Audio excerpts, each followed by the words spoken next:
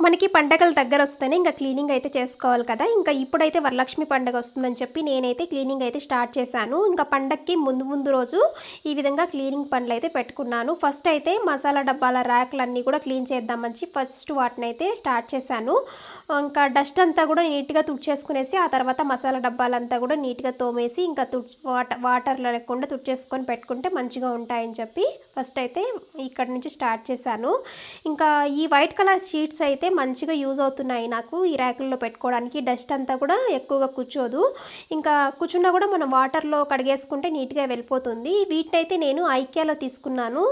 చాలామంది ప్రీవియస్గా అప్లోడ్ చేసిన షార్ట్స్లో కూడా అడిగారు ఎక్కడ తీసుకున్నారని చెప్పి. వీటినైతే నేను ఐకియాలో పర్చేజ్ చేశాను. ఇంకా ఇక్కడ చూపిస్తున్న ఆర్గనైజర్స్ అంతా కూడా నేను అమెజాన్లో అయితే తీసుకున్నాను. వాటిని కూడా మొత్తం అంతా క్లీన్ చేసేసి ఇప్పుడైతే పెట్టేసుకున్నాను. ఇంకా మసాలా డబ్బాలు అయితే అరేంజ్ చేసుకోవాలి. నెక్స్ట్ వీడియోలో అప్లోడ్ చేస్తాను వాటిని.